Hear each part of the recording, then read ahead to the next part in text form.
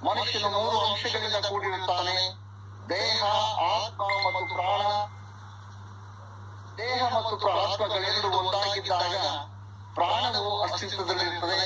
ಅವೆರಡು ಬೇರೆ ಬೇರೆಯಾದಾಗ ಪ್ರಾಣವು ಇಲ್ಲದಂತಾಗುತ್ತದೆ. ಮನುಷ್ಯನ ಸಾವಿನೊಂದಿಗೆ ದೇಹವು ಅಳಿದು ಹೋಗುತ್ತದೆ, ಆದರೆ ಆತ್ಮ ಸ್ವರೂಪನಾದ ದೇವರು ಮನುಷ್ಯನನ್ನು ತನ್ನ ಸ್ವರೂಪದಲ್ಲಿ ಸೃಷ್ಟಿ ಮಾಡಿದ್ದರಿಂದ ಸಾವಿನ ನಂತರ ಮನುಷ್ಯನ ಆತ್ಮವು ಸೃಷ್ಟಿಕರ್ತನಾದ ದೇವರ ಬಳಿಗೆ ಹೋಗಬೇಕು. ಹಾಗೆ ಹೋಗಬೇಕಾದರೆ ಮನುಷ್ಯನ ಆತ್ಮವು ದೇವರಷ್ಟೇ ಪರಿಶುದ್ಧವಾಗಿರಬೇಕು.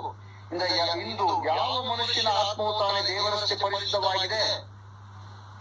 ಮನುಷ್ಯನ ದೇವರ ವಿರುದ್ಧವಾಗಿ ತಾನು ಮಾಡಿದ ಪಾಪಗಳ ದೆಸೆಯಿಂದ ಅಪರಿಶುದ್ಧನಾಗಿದ್ದಾನೆ. ಆದ್ದರಿಂದ ಮನುಷ್ಯನ ಆತ್ಮ ದೇವರ ಬಳಿಗೆ ಹೋಗಲು ಸಾಧ್ಯವಿಲ್ಲ.